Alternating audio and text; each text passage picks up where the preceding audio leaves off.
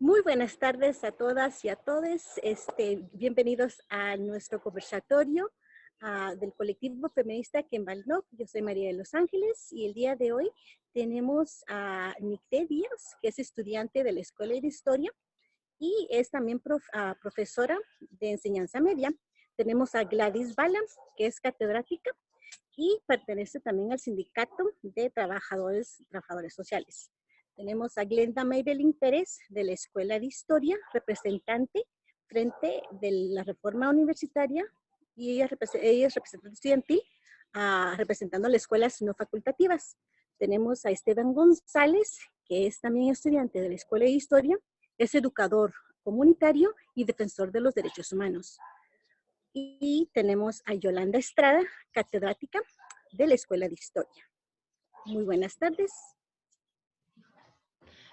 Gracias, Marielos. Buenas tardes a todas y a todos. Es para el colectivo feminista Kembalnok un verdadero gusto compartir con ustedes este diálogo de saberes que se enfocará en el análisis de la educación, de todos estos nuevos retos que la educación en el ámbito educativo estamos afrontando, ¿verdad? A raíz del confinamiento. Entonces, pues tenemos el tiempo limitado y queremos hacer de esto una charla amena. Es un conversatorio en el cual pues los participantes van a expresar de acuerdo a su experiencia cada uno de sus sentires con relación a las preguntas que se van a plantear. Primeramente, entonces, sabiendo que en el ámbito educativo hay diferentes realidades, pues definitivamente nos compromete el hablar sobre esas nuevas realidades que enfrentan los estudiantes en la actualidad, y aprovechando pues que en el colectivo tenemos estudiantes y docentes, pues quisiéramos escuchar cuál es esa nueva realidad, esa situación tan particular que enfrentan como estudiantes. Nicté, si fueras tan amable de tomar la palabra. Muy buenas tardes a todos, gracias por estar acá. Pues definitivamente dentro de las nuevas realidades que afrontamos como estudiantes, vamos a encontrar estas limitaciones económicas para poder accesar de una manera recurrente a la Internet, por ejemplo. Vamos a encontrar también ese déficit que ha sido persistente dentro de las aulas universitarias con catedráticos, por ejemplo, que no tienen una preparación para cada una de sus clases, por ejemplo, afectando así el desempeño de cada asignatura específicamente, ¿no? También tenemos que tomar en cuenta que dentro de estas nuevas realidades nos encontramos, tanto como trabajadores como estudiantes, a largas jornadas de actividad en las cuales ya ingresar, por ejemplo, a una clase, ya sea por la noche o en el plan fin de semana según cada individuo, pues resulta un poquito extenuante, ¿no? La realidad es sumamente compleja, que hay que ir analizando desde diferentes puntos de vista, no únicamente desde el sentir, por ejemplo, que nos atañe como universitarios. Gracias, Nicté. Esteban, ¿te escuchamos? Muchas gracias, Yoli. Buenas tardes a todas y todos. Comparto lo que dice la compañera Nicté, y definitivamente una de las barreras que más se debe enfrentar como estudiantes al final es acceder a otros recursos educativos o de aprendizaje que nos permitan enriquecer los conocimientos que ya nos están compartiendo, ¿verdad? Definitivamente, digamos, el Internet hoy por hoy es una plataforma que deja conocer un montón de información, pero al final también qué información es la que tenemos ahí, cuánta información es verídica, cuánta podemos verificar de una manera adecuada, y digamos también cómo podemos recurrir a otros métodos que han favorecido a lo largo de la historia del aprendizaje, digamos los libros, hoy por hoy que sabemos que las hemerotecas y las bibliotecas siguen siendo un recurso, pero digamos en las condiciones en las que estamos es una forma limitada de acceder. ¿Cómo podemos innovar eso? Es otra de las cosas que tenemos que tener en cuenta como estudiantes y al final también como docentes, ¿verdad? Para ir enriqueciendo el proceso de enseñanza-aprendizaje y hacerlo uno efectivo que enriquezca a la población en general, y a toda la población, ¿verdad? Que esto también tiene diferencias en los contextos urbanos y rurales y hay que tenerlo bastante presente. Muy bien, gracias Esteban. Definitivamente los contextos tan particulares, ¿verdad? En los que estamos enfrentando, perdón, este proceso educativo. Sin duda alguna es bastante complejo. Glenda, ¿te escuchamos? Bueno, buenas tardes a todas y todos. Pues yo creo que justamente compartimos esto, ¿no? De que las nuevas realidades en las que se están enfrentando los estudiantes, tanto al nivel universitario como básico y primario, es el adaptarse a nuevas herramientas tecnológicas, readaptarse a un nuevo espacio que tal vez no sea el más adecuado para poder estudiar, que es el hogar. Vemos que hay estudiantes que en la escuela tienen ese ambiente que les permite concentrarse, poder abordar muy bien los temas y adquirirlos para luego poder ponerlos en práctica, mientras que en el hogar es un poquito más complicado, ¿no? Y llevándonos a esto, desde el hogar también se viene lo que es el descontrol tanto de la planificación y programación que había dentro del curso, ¿no? Porque que cada estudiante estemos en nuestros hogares nos limita a poder realizar algunos trabajos, como lo mencionaba anteriormente mi compañero, de, por ejemplo, ir a hacer investigación a la biblioteca, recurrir a diferentes bibliografías que nos permite avanzar en la investigación, ¿no? Entonces en Internet solamente nos quedamos en lo que dicen algunas páginas y no sabemos muy bien qué tan fiables sean estas fuentes pues de Internet. Y otra a lo cual se enfrentan los estudiantes, pues es justamente la carencia de estas herramientas tecnológicas, ¿no? Como lo mencionaba, una encuesta que realizamos estudiantes de la misma Universidad de San Carlos, es de que prácticamente 1 sobre 10 estudiantes seguiría si se agudizaba más la crisis en la que ya estamos, no tanto la crisis sanitaria, sino que la crisis económica que va a venir, que era capaz de poder seguir pagando su tarjeta o su internet para poder seguir las clases virtuales. Entonces, nos vemos no solamente obstaculados tanto al nivel sanitario, económico y de condiciones, sino que también nos vemos obstaculizados al nivel de lo que pueda pasar en el exterior, y estas son las nuevas realidades en las cuales se han enfrentado las y los estudiantes de la actualidad en la educación en Guatemala. Gracias, Glenda. Definitivamente es un panorama y un escenario necesario de indagar, porque estamos hablando de los estudiantes, ¿verdad? Que son el motor principal de todo acto educativo. Sin embargo, también está la contraparte, y a raíz de ello le agradezco a Gladys que nos pueda compartir su experiencia como docente. Definitivamente esto nos impactó a todas y a todos, y que estamos asumiendo un reto bastante difícil, ¿verdad? Entonces, Gladys, quisiéramos escucharte. Muchas gracias. Buenas tardes a todas y todos. Pues yo estoy totalmente de acuerdo con lo que han comentado ya las compañeras y Esteban. Nosotros no estábamos preparados para esta crisis, ¿verdad? Y creo que esta pandemia, esta crisis que estamos viviendo, expuso de manera clara y fría las condiciones de empobrecimiento, desigualdad y exclusión que vivimos en Guatemala.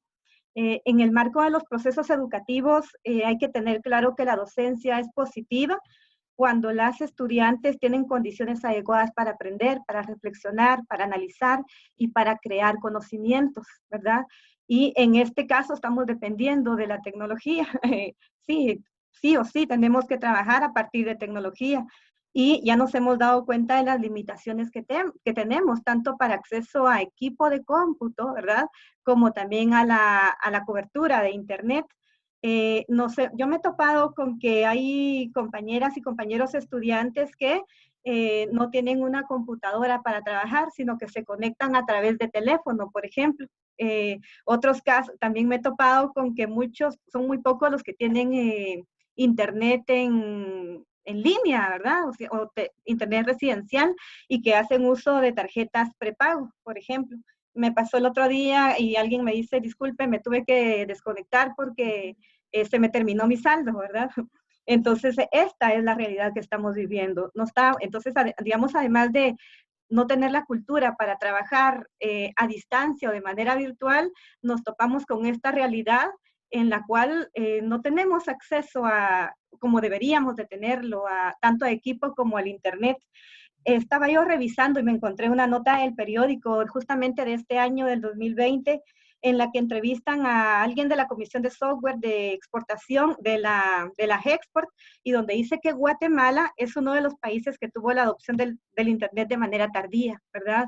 Y un reflejo de tener la adopción al Internet de manera tardía es que la primera forma como accedemos de Internet es por dispositivos móviles, ¿verdad? Eso lo estamos viviendo, lo vemos, o sea, se evidencia.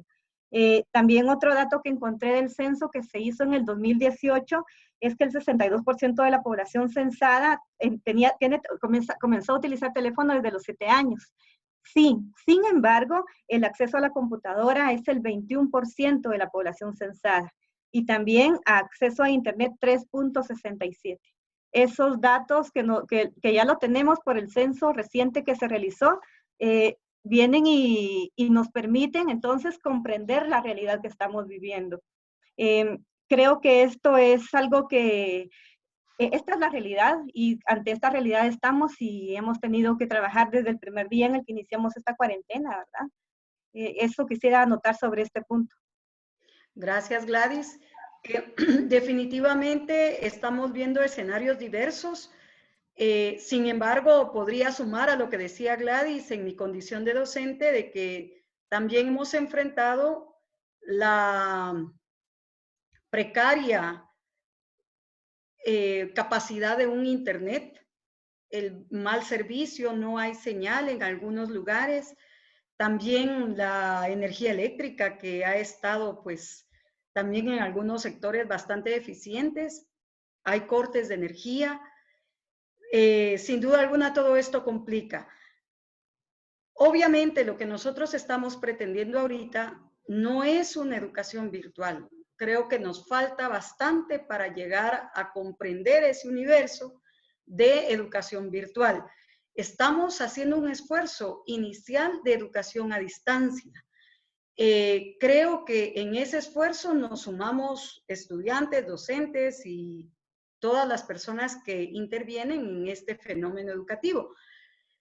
Sin embargo, claro está que efectivamente contamos con posibles herramientas quienes tengamos acceso al Internet.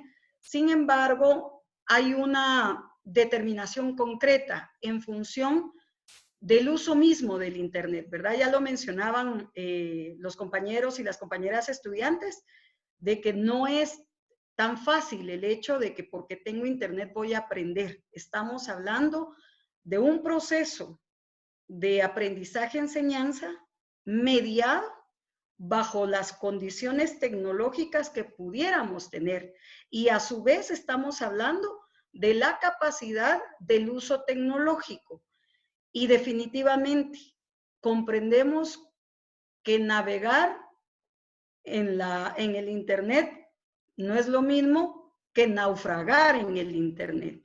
Eso es distinto y todo eso es parte de esta adecuación que estamos viviendo. A raíz de ello, pues me interesa hacerles una segunda pregunta y agradezco desde ya sus comentarios.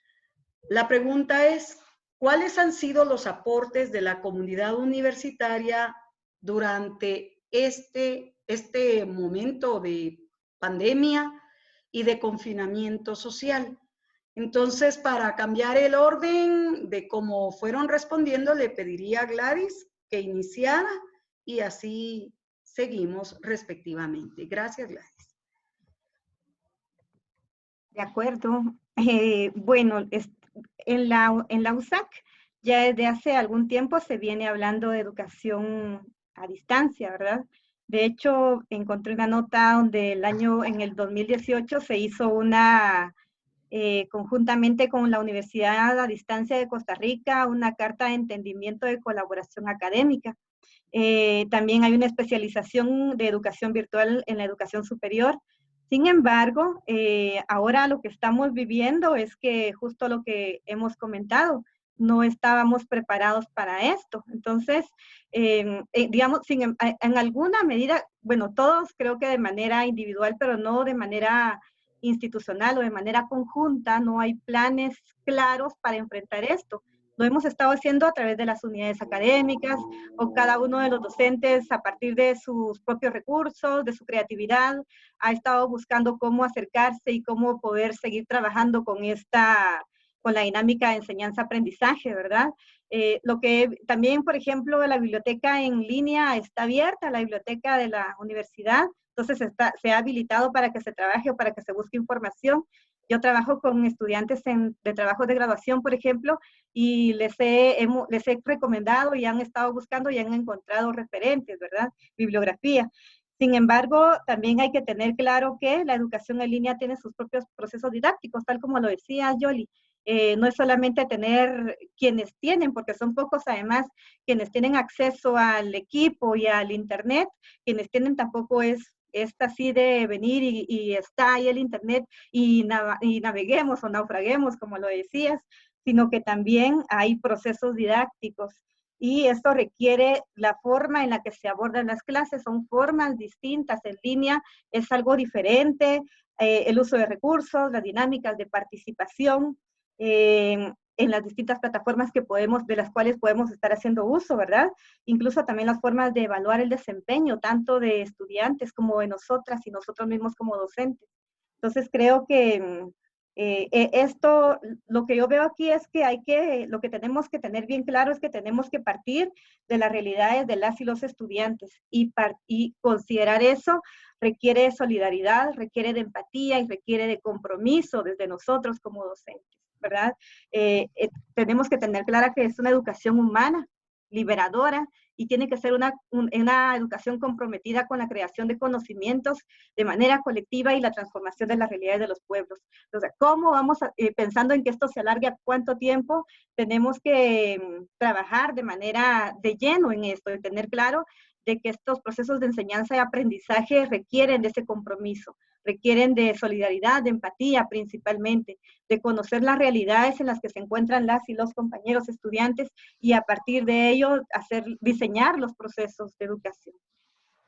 Muy bien, gracias Gladys. Nicté, si nos aportas, por favor. Bueno, considero que una parte fundamental de estas redes de apoyo o de esta contribución que está estableciendo el estudiante universitario, pues podemos evidenciar justamente esa solidaridad que se va construyendo dentro de cada salón de clases de una manera muy particular, ¿no? Como estudiante de la licenciatura en la enseñanza de la historia, pues justamente vemos que algunos compañeros por diversas situaciones socioeconómicas, por ejemplo, se han visto en la necesidad hasta de alquilar, por ejemplo, una computadora. Hay quienes no tienen el acceso a Internet y pues se van construyendo esas redes de apoyo. Hay quienes se pueden conectar 2 veces a la semana, el sábado, incluyendo el día de clase, pero que entre la semana aparecen tal vez tipo miércoles o jueves porque tuvieron la posibilidad. Y entonces preguntan cuáles son las tareas y demás. Entonces, crear esas redes de apoyo que nos vayan solidarizando entre nosotros creo que es fundamental. Y además, ser bien conscientes, por ejemplo, que la comunidad universitaria no únicamente reside en el estudiante y en el docente, sino que también a toda esa gente que está alrededor de nosotros, ¿no? Tanto personal administrativo y personas que venden dentro de la universidad. Ya esta semana se empiezan a evidenciar, por ejemplo, necesidades muy puntuales de vendedores de la universidad que se acercan a las escuelas y facultades donde ellos pues tienen sus puestos para solicitar ese apoyo. Y creo que es fundamental empezar a entender que qué es la comunidad universitaria, ¿no? Es bien interesante porque pareciera que dentro de las bases institucionales, por ejemplo, se practica un eslogan de yo amo a la USAC, pero ¿qué es la USAC? No logramos establecer, por ejemplo, que somos toda una comunidad que tiene que empezar a crear y a fortalecer estas redes de apoyo, porque como bien dijo Gladys, Aquí estamos pensando no solo en un entorno inmediato, aquí a 2 meses o aquí a 1 mes, que se pueda evidentemente acabar esta situación, ¿no? Sino que ya se está pensando de una manera muchísimo más amplia y tenemos que estar preparados, tanto estudiantes como docentes. O sea, aquí las dos partes tienen que estar preparadas para dar esa respuesta inmediata a un grupo social, a un pueblo, pues que definitivamente sigue teniendo muchísima, le sigue apostando muchísimo al sector universitario de este país. Muy bien, gracias, Nicté. Glenda, ¿te escuchamos?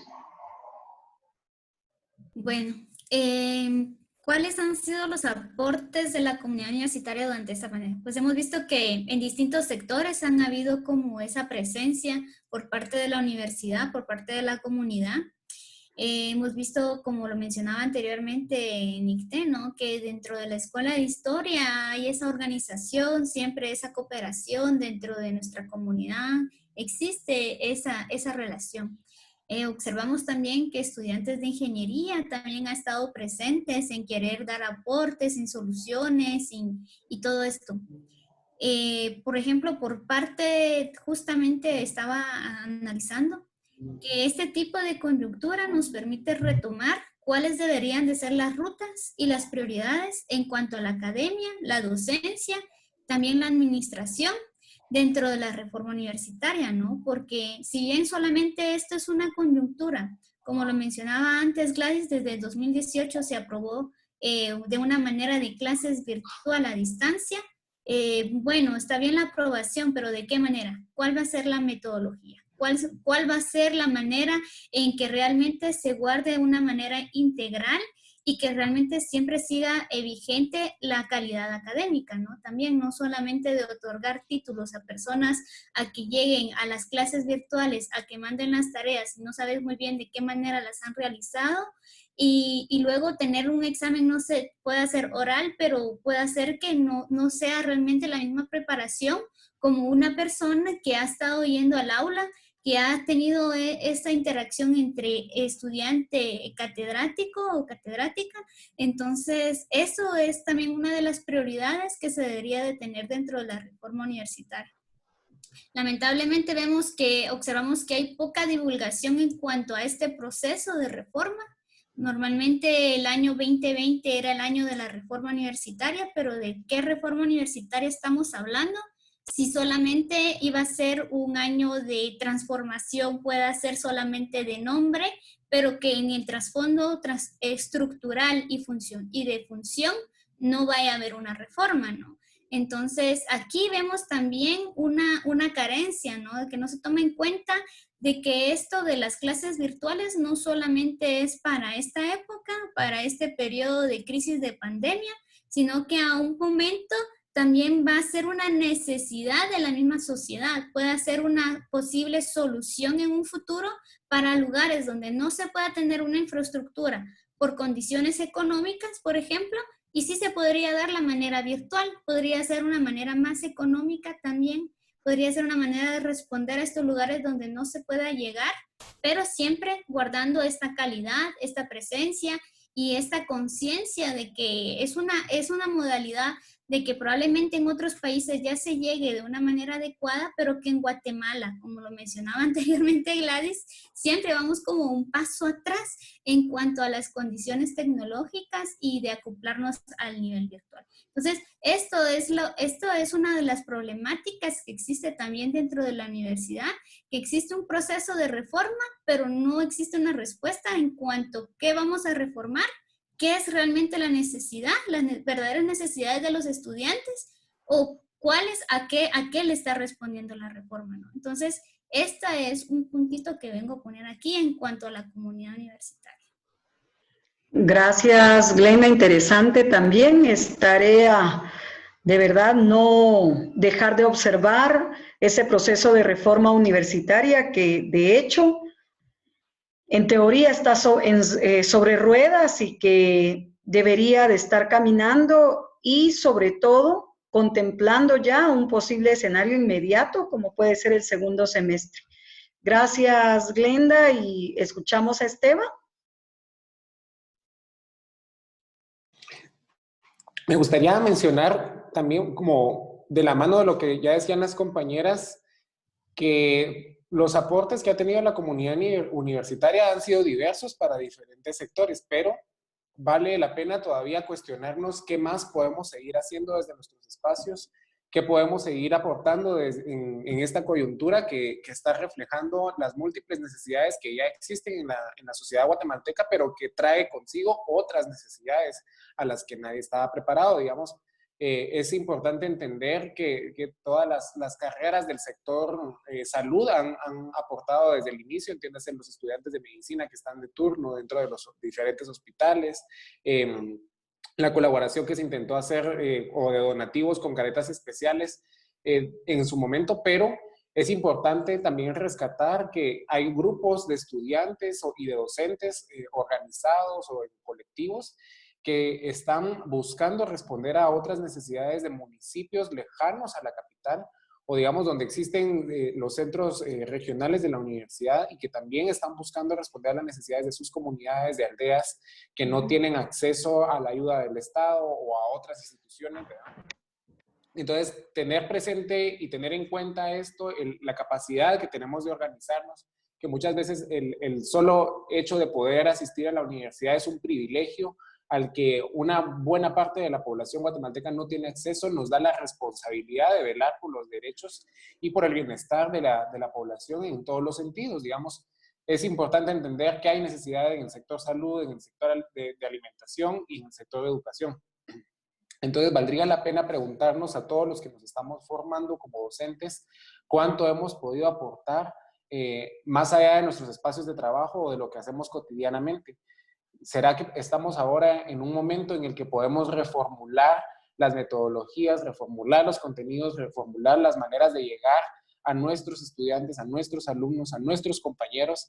Estamos ahora en el momento adecuado para buscar cómo mejorar la comunicación interinstitucional, dígase universidad pública con universidades privadas, con institutos de investigación que se dedican a ver por la educación, con el mismo Ministerio de Educación, ¿verdad? ¿Cuánto estamos nosotros preparados para poder renovar la educación de este país? Que básicamente nos estamos dando cuenta que ya tenemos un tope, ¿verdad? Lo que conocemos hasta ahora hay que cambiar en todos los niveles, en el nivel primario, en el nivel secundario, en toda la enseñanza media y en la educación superior.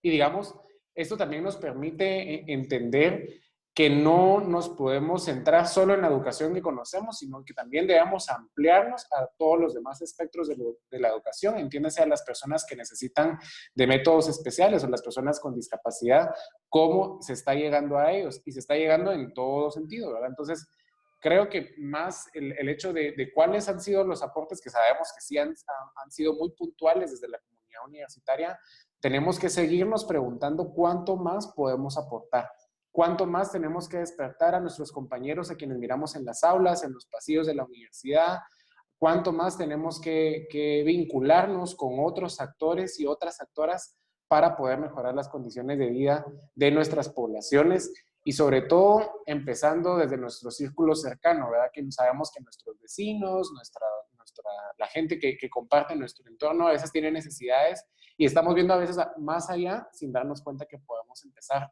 desde nuestro propio espacio. Y creo que es también hacer un llamado a esa reflexión, ¿verdad? Que como comunidad universitaria tenemos una ardua responsabilidad de responder a las necesidades de nuestras poblaciones. Gracias, Esteban. No sé si hay alguien más que abiertamente quiera complementar acá. Efectivamente, creo que Esteban puntualiza la pregunta que debemos hacernos, ¿verdad? ¿Qué más?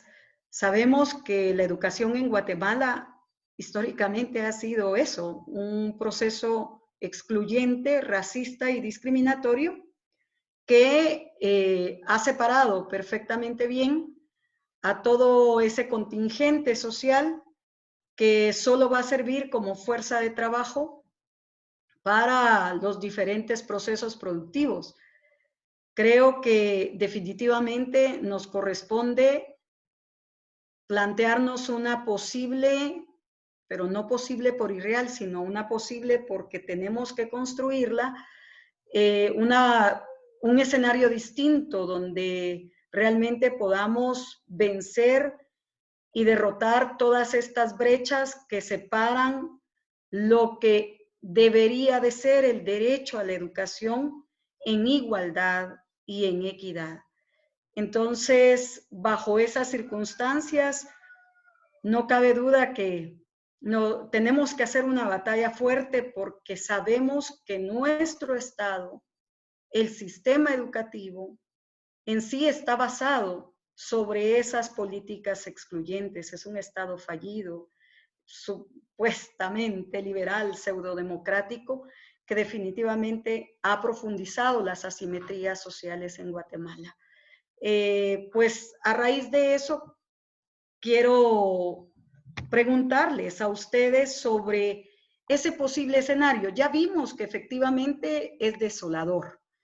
No nos tenemos que estar preparando solo para lo inmediato. Acá ya no regresamos a esa supuesta normalidad y ojalá que no regresemos a esa normalidad de racismo, de exclusión y demás. Que regresemos a una universidad realmente popular, que regresemos a una nueva forma de concebir un Estado plurinacional incluso, y que definitivamente luchemos por ello. Pero la pregunta que quisiera plantearles es la siguiente. ¿Cómo ha sido la vivencia de solidaridad? Vemos, y creo que la voy a poner en contexto, vemos que esta realidad está provocando aislamiento social. También se aborda un distanciamiento social, se habla de un distanciamiento, pero también hay un aislamiento social intencionado y que definitivamente también está marcando nuestra subjetividad y está marcando nuestro imaginario. Este sentido de una subjetividad de la dominación, de la represión, del control, del autoritarismo, del despotismo, de la corrupción, todo esto está calando definitivamente y está provocando pues diversas expresiones. Dentro de ello, el aislamiento social, que es lo más nocivo en todo caso, ¿verdad?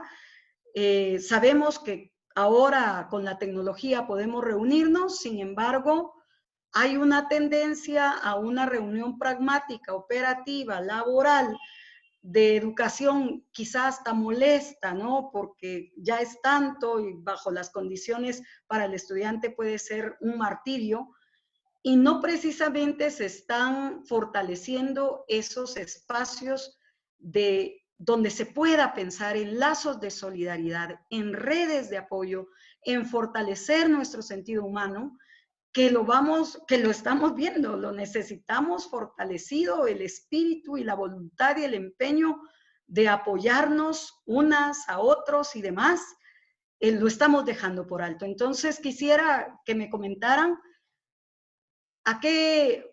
cuál ha sido esa experiencia de solidaridad y cuál es la propuesta dentro de estos espacios para fortalecer esas redes de apoyo. Gracias. Empezaríamos entonces con Nicté. Bueno, pues realmente dentro de los últimos 2 meses, pues, porque ya justamente hoy la comunidad universitaria está cumpliendo 2 meses de este distanciamiento, ¿no? De este aislamiento social, pues yo quisiera ser muy enfática en cómo se ha ido construyendo ese sentido de solidaridad, pero de una manera muy, muy particular y como una doble intencionalidad. Creo que todos pudimos ser testigos, por ejemplo, de cómo grupos que no tuvieron una relevancia durante el proceso huelguero, pues se trasladaron inmediatamente a la cuestión de las redes sociales a partir de torneos, por ejemplo, y de concursos en donde se manifestaba el supuesto apoyo sancarlista, ¿no? tú sos de mi comunidad, sos de mi escuela, sos de mi facultad, vení, dale un like, dale un me divierte o lo que sea. Y entonces teníamos las redes sociales plagadas de esa aparente solidaridad, ¿no? Y gente por medio de grupos, en posts personales, en historias de Messenger, de cualquier tipo, hasta en Instagram, por ejemplo, o sea, se migraba de una red social a otra, aparentando esta supuesta solidaridad, mientras teníamos afuera una realidad que nos estaba dando en la cara, pues teníamos a gente que estaba empezando a enfrentarse a despidos masivos, teníamos a gente que no tenía los recursos para alimentarse de la manera adecuada, que ya se había suspendido un transporte público, que la gente no tenía cómo movilizarse, y entonces pareciera ser que se mete al universitario en una burbuja de es que somos solidarios, pero solo entre nosotros mismos, por ejemplo, y que luego se van afianzando este tipo de acciones de hacer trampas, de ser corruptos, porque se hablaba y se veía, se evidenciaba en los comentarios en cada parte de los concursos, es que tal y tal grupo hizo trampa, es que modificaron no sé qué, es que hackers por aquí, hackers por allá. Entonces, aquí tenemos que repensar a qué solidaridad le estamos apostando como universitarios, porque sí existen grupos que concretamente están llevando ayuda. Dentro de nuestro mismo colectivo, pues tenemos a gente que se involucra en proyectos independientes, que llevan ayuda a comunidades que realmente lo necesitan, pero pareciera que el universitario sigue encasillado en que la solidaridad es solo ir a dar un like, por ejemplo, ¿no? Lo vemos en los grupos en uno de los mayores grupos de la Universidad de San Carlos, donde cuando se apela a la conciencia social, a que la gente se entere de lo que está sucediendo, es completamente ignorado. Pero si se coloca un meme, por ejemplo, 10,000 personas reaccionan en un abrir y cerrar de ojos. Entonces, ¿qué es ser universitario y qué es la solidaridad que está tratando de evidenciar el universitario, que no es para nada un proceso real que busque construir y apoyar al otro que se encuentra en una realidad diversa a la mía, y cómo vamos reconociendo nosotros nuestros propios privilegios, porque acá tenemos que hacer una conciencia de clase, por ejemplo, ¿a qué clase social pertenecemos? No podemos seguir encasillados en una burbuja de que únicamente porque tenemos acceso a una red social y demás, somos de una clase diferente y que por eso no nos tiene que importar lo demás, ¿no? Si no le apostamos a la conciencia de clase, creo yo que va a ser muy complejo que empecemos a hablar de redes puntuales de solidaridad. Muy bien, gracias Nicté. Asumo que te referís directamente a esto que fue un boom en redes sociales, como fue el famoso boletín, ¿verdad?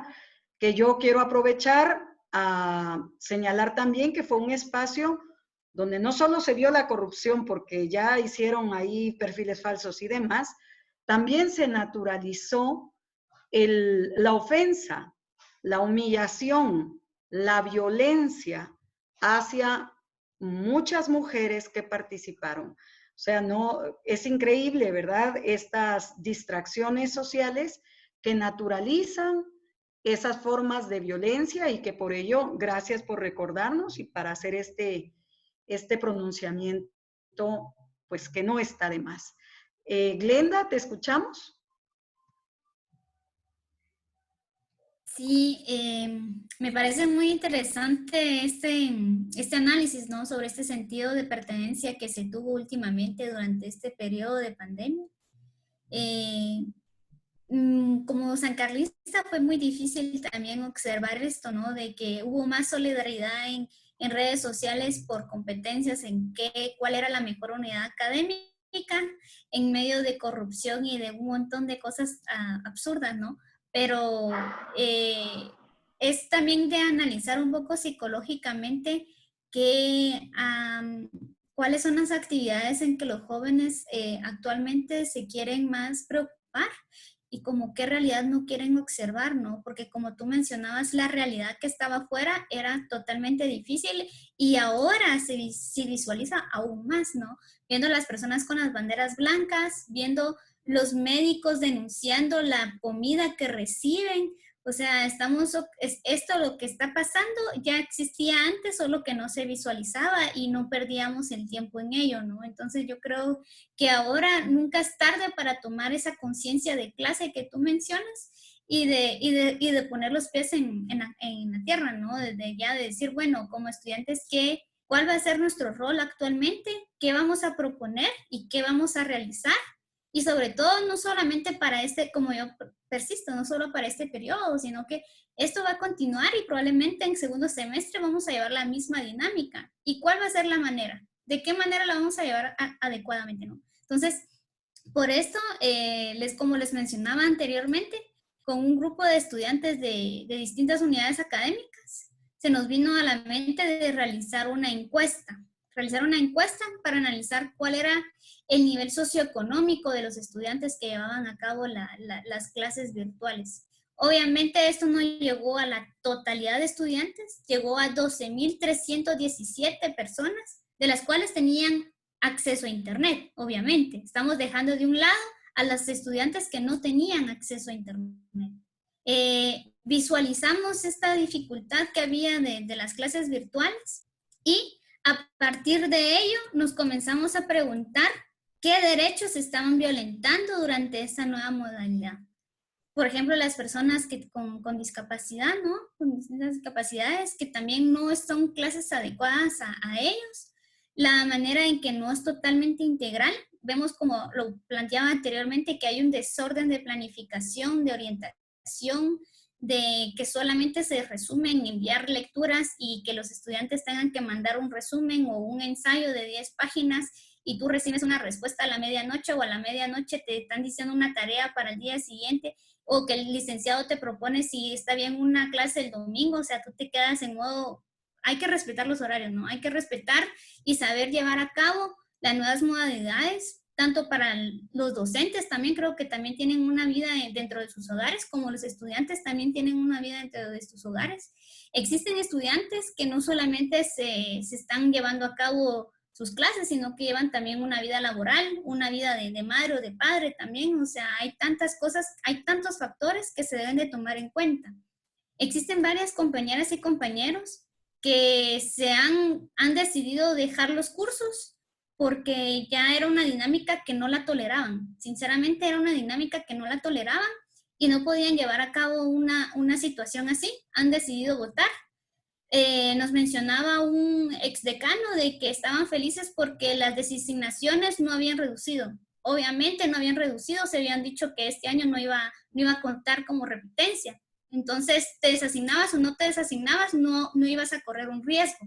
Mientras que si no hubieran puesto esta cuestión de repitencia, obviamente los estudiantes se hubieran desasignado, hubieran respondido rápidamente a esta situación. Y ahí se hubiera visualizado más cuántos estudiantes y estudiantes decidieron dejar porque era una modalidad que no respeta las condiciones de vida de las personas. Entonces, a partir de eso, nosotros decidimos como estudiantes de llevar a cabo un memorial en donde varios colectivos que también tienen presencia y tienen esta conciencia de clase respondieron y afirmaron y apoyaron este memorial que se presentó a la Procuraduría de Derechos Humanos. Este memorial también fue enviado al Consejo Superior Universitario. Solamente nos respondieron que el número de caso era el 2057. Nunca tuvimos alguna respuesta de cuál eran sus observaciones o si lo tomaron en cuenta o cuestión algo así. No tuvimos ninguna respuesta en cuanto a esto. Solamente nuestro estimado rector mencionó por vía telefónica o a televisión de que no le parecía una encuesta o viable, ¿no? Que no era creíble, pero obviamente vamos a decir esto por medio por medio telefónico y no presentar, por ejemplo, cuáles son las encuestas socioeconómicas de la Universidad de San Carlos. Normalmente cada año cuando un estudiante y una estudiante se inscriben, responde a esto cuál es tu capacidad de tener una computadora, tu ordenador y cuestiones así. O sea, un análisis socioeconómico. Pero este año se entabló más en si estábamos o no de acuerdo en poner más cámaras, si estábamos de acuerdo con la seguridad, si estábamos de acuerdo, o sea, las prioridades que tuvo el Consejo Superior Universitario fueron otras y no ver la situación socioeconómica de los estudiantes como debería de tener. Entonces, como estudiantes no solamente venimos a visualizar este problema de violación hacia los derechos que existen, sino también dos propuestas. Una propuesta en concreto era congelar el semestre, dejarlo como se quedó, o de darles una zona mínima a todas las estudiantes y estudiantes para que tuvieran la oportunidad de llevar a cabo, de poder llevar a cabo su curso, ya sea en escuela de vacaciones o en plan de repitencia, para que no se quedaran atrás, para que no dejaran el semestre perdido por perdido, el curso perdido por perdido. Obviamente es algo que no les parece a muchas y a muchos, porque es algo que se tendría que evaluar, ¿no? No todas las unidades académicas es fácil de poder llevar a cabo esta modalidad. Entonces se propuso otra metodología en la cual se toma en cuenta las herramientas que ya tenemos disponibles. ¿Qué herramientas tenemos disponibles actualmente? Tanto el Classroom, el WhatsApp, el Zoom, por el cual nos estamos llevando a cabo ahorita. Nosotros como propuesta tendríamos que la licenciada o licenciado pregrabara su curso, lo grabara y lo subiera al Classroom, subiera la hoja de trabajo y el estudiante lo pudiera ver en el momento en que tuviera la posibilidad tanto de tiempo como económica también, porque tenemos que ver, ser conscientes de que un estudiante que trabaja por medio de tarjetas, obviamente lo que es Classroom, lo que es Zoom, no se toma en cuenta en los datos. O sea, eso no te viene como tus aplicaciones de WhatsApp, Instagram, y entonces obviamente eso te lo gasta más. Entonces tu presupuesto es más superior por ejemplo, si tú tienes acceso a un internet de casa, ¿no? Entonces, era eso, de que el profesor se pregrabara, subiera el curso, subiera la hoja de trabajo, tuviera un canal de comunicación por medio de WhatsApp, porque eso también es otro de los problemas que logramos visualizar, de que hay docentes de que no hay una comunicación, o sea, solamente es por vía del correo electrónico. Y eso, discúlpenme, docentes, eso no es una manera de comunicarse con los estudiantes. Yo creo que eso es una manera deshumana también, ¿no? Del no saber comunicarse, de no tener una pedagogía con los docentes, con los estudiantes. Entonces, es necesario de que haya también este medio de comunicación. Y luego también tener una reunión de Zoom una vez a la semana, de, por ejemplo, responder a preguntas de los estudiantes que tuvieran del curso pregrabado. ¿Qué preguntas tuvieran? De tener esa interacción que normalmente tendría que existir en el curso. Entonces, esas es las dos metodologías que se presentaron, que se presentó a autoridades de la Universidad de San Carlos, las cuales supuestamente lo van a tomar en cuenta, pero hasta el día de hoy no tenemos respuesta. Pero esto es una propuesta que se debería de tomar en cuenta para el segundo semestre, porque el segundo semestre probablemente también vamos a comenzar de una modalidad virtual, entonces por eso dejo también esto aquí, ¿no? Que para todos aquellos y aquellos que vayan a seguir con esta modalidad, que lo tomen en cuenta, porque yo creo que no solamente está pasando en la Universidad de San Carlos, sino que tanto en el bachillerato, en el básico, como en otras universidades. Muy bien, gracias Glenda. Vamos a escuchar a Esteban y luego a Gladys. Bueno, de la solidaridad que podemos proponer, definitivamente complementando lo que ya decían nuestras compañeras, yo quisiera como puntualizar dos posturas clave, ¿verdad? La primera de tener una solidaridad, esto es de estudiantes y docentes, ¿verdad? Al final dentro de la comunidad universitaria, ¿verdad? El hecho de ser conscientes de que no todos y todas tienen acceso ilimitado al internet, ni a las plataformas, ¿verdad? Porque ya lo decían, no tienen acceso a computadora o no tienen acceso a un teléfono inteligente en todos los casos y en todos los centros regionales, ¿verdad? Porque yo sigo pensando que hay que contextualizar el hecho de que hay un privilegio en la urbanidad y no en la ruralidad, ¿verdad? Y entonces comprender que hay que generar condiciones adecuadas para estos dos contextos y desde los catedráticos y desde los estudiantes saber que quienes tenemos acceso de una forma un poco más tal vez no ilimitada, pero sí más permanente, digamos, a las plataformas y al internet, pues ir socializando o ir compartiendo en medida de lo posible los materiales con nuestros demás compañeros. Y fuera de la universidad, el seguirnos sumando y hacer el llamado a sumarnos a cómo podemos ayudar a las demás poblaciones que están en riesgo. a seguir recaudando víveres, a seguir haciendo esfuerzos por llevar a todas esas personas la ayuda, poder seguir articulando y podernos seguir pronunciando, pero no solo pronunciando, sino también sumando a estas iniciativas. Puntualmente eso me gustaría agregar para seguir construyendo solidaridad. Gracias, Esteban. Gladys, ¿te escuchamos? Sí, gracias. Yo estoy totalmente de acuerdo con las compañeras y con Esteban de manera particular de la importancia de la solidaridad, empatía, insisto, de estudiantes y docentes, ¿verdad? Porque realmente para poder trabajar de manera adecuada tenemos que partir de conocer las realidades de las y los estudiantes. Ellos conocen muy bien la realidad y ellos saben muy bien además cómo atender esa realidad. Y aquí en este momento que hemos estado compartiendo, han compartido muchas ideas y creo que este espacio es el que se tiene que fortalecer a manera de que como docentes podamos trabajar para poder responder a las necesidades, a las demandas estudiantiles, a la demanda académica. Yo creo que en cuestiones de solidaridad, nosotras seguimos, quienes estamos o quienes pertenecemos a colectivos, quienes participamos, estamos organizados, hemos estado participando, pero lamentablemente son espacios muy reducidos. A nivel de nuestros espacios nos organizamos y estamos pendientes, hemos estado participando para apoyar a la gente de afuera de distintas maneras, pero de una manera muy reducida. Solo se queda espacios pequeños. Yo insisto en que esto tiene que trascender y en lo que tenemos que seguir buscando es la unidad, porque habemos muchos y muchas que estamos organizados, pero en nuestros colectivos estamos separados, no damos lugar a que nos unamos, a que todos los distintos colectivos nos unamos. Creo que eso es lo que hay que fortalecer. Y a partir de eso, insistir y demandar que las decisiones que se tomen sean partiendo de esas realidades, conociendo las realidades de nuestros estudiantes, y no a partir de toma de decisiones que se tomen desde escritorios, ¿verdad? Eso es. Gracias, Gladys.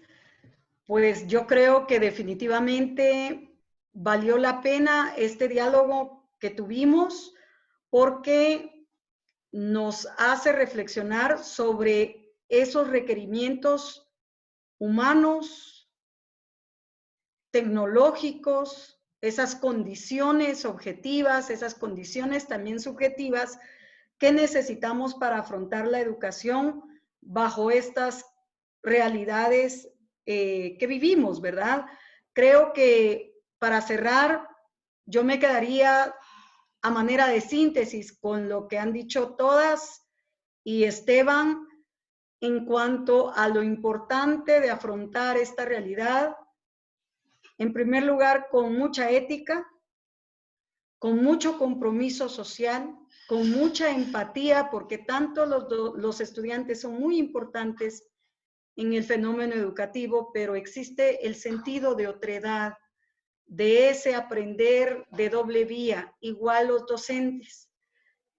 También tenemos que ser empáticos con ese sector docente que aún, creo yo, padecemos más esa contingencia generacional a la tecnología, ¿verdad? Por ser migrantes.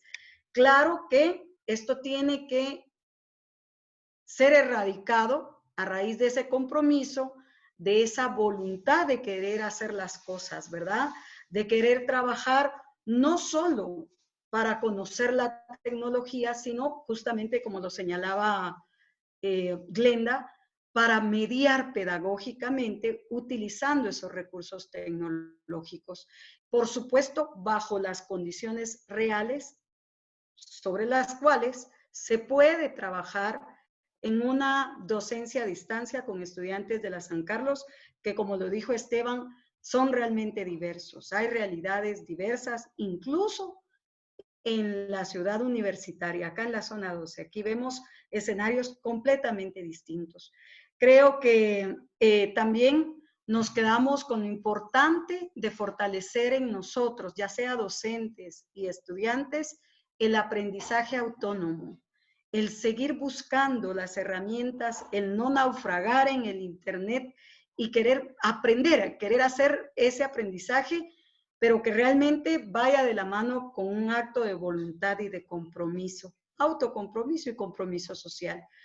Entonces, muchísimas gracias a todas, a todos quienes pudieron habernos escuchado y nos sumamos en un breve paréntesis a la denuncia que está haciendo el personal de salud. Sabemos las carencias de este Estado fallido. Nos sumamos también a las denuncias de corrupción ante toda la millonada que hoy por hoy ya sabemos quizá dónde paró, y que definitivamente no nos quedamos solo en la denuncia, creemos en la posibilidad de crear un Estado distinto. Y eso va a ser una lucha que ya viene trabajándose y que seguro nos va a tocar fortalecer. Nos oponemos a la privatización de los bienes y recursos del Estado y nos oponemos a la violación de los derechos laborales y de los derechos humanos que hoy están en gran vulnerabilidad ante las condiciones sociales y políticas que vivimos. Muchísimas gracias. Tengan ustedes un buen día y a nombre del colectivo Kembalnoj, pues muchas gracias por habernos escuchado. Gracias, colegas que nos acompañan. ¿Alguna palabra para decir adiós? Bueno, muchas gracias a todos por haber sintonizado, escucharnos y que pasen feliz tarde.